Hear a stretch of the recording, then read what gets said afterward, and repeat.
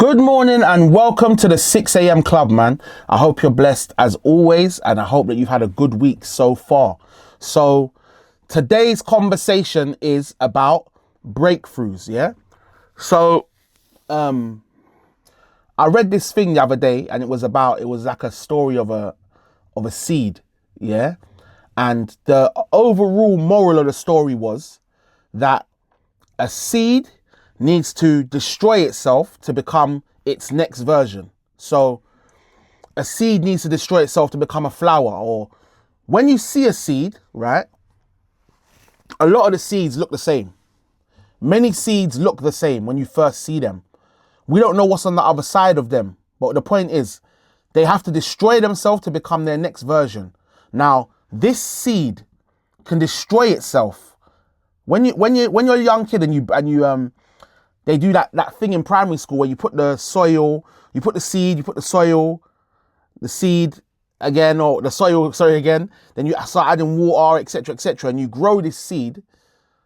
You start to see the roots sprout through, and you slowly see this small little thing grow into something, and the seed eventually disappears.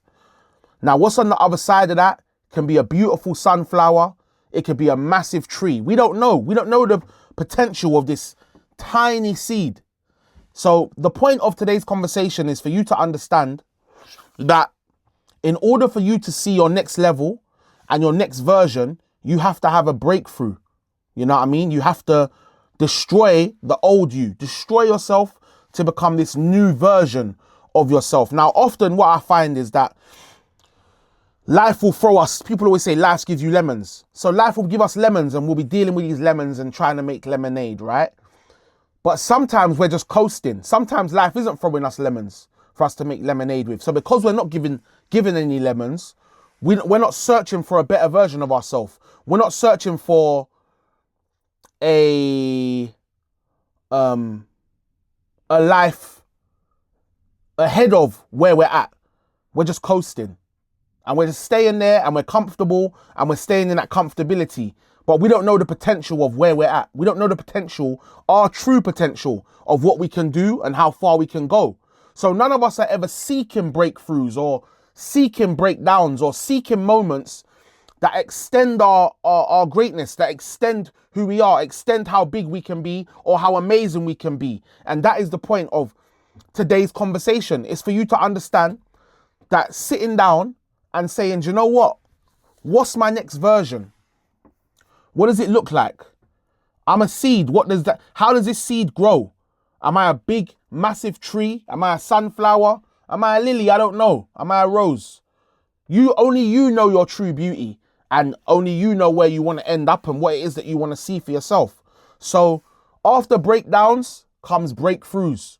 So breaking down, if you're in a moment right now, even if you're not searching for a moment, but you're in a moment that is a place of or a position of, like you feel sad or you feel down or you feel like the world's against you, you feel pinned to the floor, right?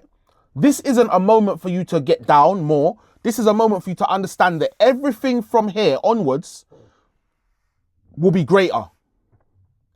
Everything from here onwards will be better, right? It will be better, it will be bigger, it will be happier. Do you know what I'm saying? So sometimes I remember I celebrated one of my birthdays, yeah? I was in prison and they came and got me and they put me into the segregation. There's this thing in prison called good order. And in the jail, there was a stabbing. And for some reason, I don't know, they just thought I was involved, but I wasn't involved, right? And they came to my cell and said to me, we're moving you to the block. Now, the jail that I was in was one called Camp Hill. And it had it was on an island, the Isle of Wight. And on the island, there was 3 jails. So there was Parkhurst, which was a BCAT, which is like for long determinate prisoners, lifers, etc. I can't remember if it was a BCAT or a CCAT. Well, a prison called Albany, which was for sex offenders and all those kind of people.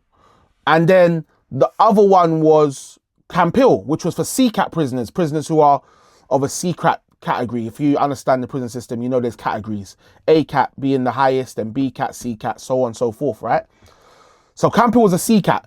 They took me out of Camp Hill and put me into Parkhurst segregation, said I'm banned from the prison, so I can't go on any wings. I have to stay in the block, right? And they took me and put me in that block from November until February the next year. So in that block, I celebrated my mum's birthday, which is December, my birthday, which is December, Christmas, which obviously I don't celebrate Christmas anyway, but you still understand the feelings of Christmas within prison. You still understand there's a vibe, there's stuff going on. And New Year's, yeah, in segregation, right? And I remember on my birthday, I was in a cell, I had no TV, I didn't even have all my stuff, but I used to have a duvet, I had a prison duvet, and I didn't have none of my clothes. They gave me only prison tracksuits. I weren't allowed out the cell for longer than 1 hour a day. And even then, because of the nature why they had brought me down to that segregation, they wasn't really being nice to me, because they can be nice to you in the block, but they was like, listen, like, you're a cause of an issue, which I wasn't. And I'm not even joking there either, right? So they were saying to me, look, normally you get to come out of your cell, you can have a phone call, a shower, and exercise. When you're in the block, that's the 3 things you're allowed. Shower, phone call, exercise. They used to say to me, you can have an exercise, a shower, or a phone call. It's one of the 3. You can't have all 3. So naturally, being in a room 24 hours a day by yourself, no telly, it's like, what am I going to choose to do? You know what I mean? Which is funny, like if I add to that story, that's kind of where I perfected rapping, because I was in there and I had nothing to do but listen to the radio, so I used to rap. But that's another story for another day. So anyway, I'm going off on a tangent, right? So anyway, I was in this block and this is what I was going through. And I remember my birthday came, right? And I can't remember, I think it might have been my like 22nd or 23rd birthday.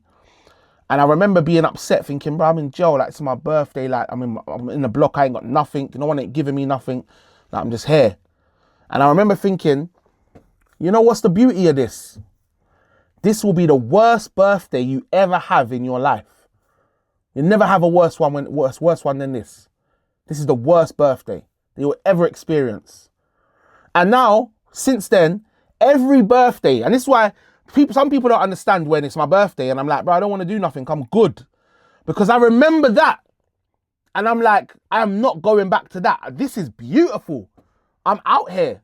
I don't need to have a party. I don't need to have a dinner. I don't need to do an event. But it is nice to do those things. But I still remember those days. So my point is this. You'll have breakdowns and you'll have down moments. Moments that are the bottom of the barrel, the worst moment in your life. But the beauty in that, the beauty of that seed and what comes after that is the potential for the unknown, for everything. The world is your oyster. You will never have that moment again. You'll never be down in the dirt like that again. Yeah? So just to lead on anyway, right? So it says our conscious mind is only 5% of the brain. The subconscious is 95% of the brain. So when you're trying to change and trying to see change and make change in your life, the subconscious is constantly battling that. It doesn't want you to change because it's unknown. And in the unknown, why do you think people are scared of the dark? Because we don't know what's in the dark. That's why it's scary, the unknown, right? And it goes back into the olden days when the dark could mean there's a lion. Do you know what I mean? And we can't see it. So we're scared of that. We need to be able to see the danger ahead, right? So don't let your mind trick you. Don't let it fool you into thinking that you can't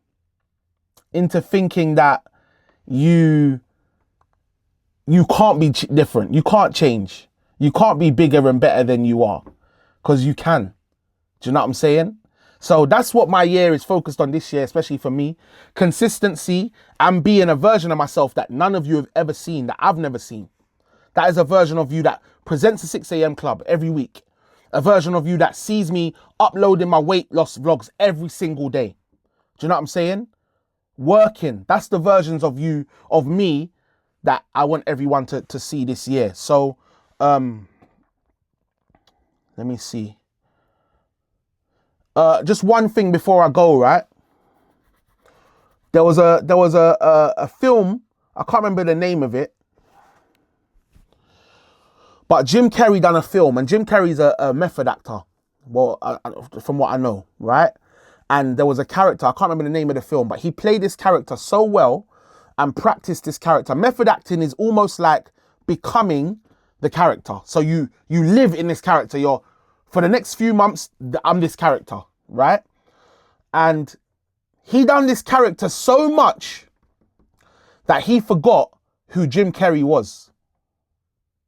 He forgot who Jim Carrey was. But that is my point. We wake up every day and we present this character to the world.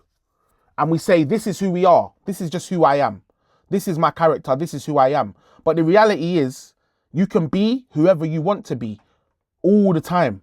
You have the opportunity to change. You have the opportunity to switch that and not be who you've been for so long. You've been this person for 20 years, 30 years, 40 years, 50 years, 60 years. Today is the day you can say, do you know what? I'm going to make a breakthrough and I'm going to be something different.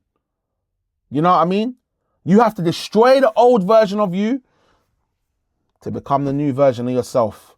And that has been the 6 a.m. club, man. So listen, as always, big up the man them, big up the gal them. While going for the weirdos, I just can't understand them. 6 a.m. club to the world and back, as always. And one question before I go is, how would yourself 10 years ago view you now?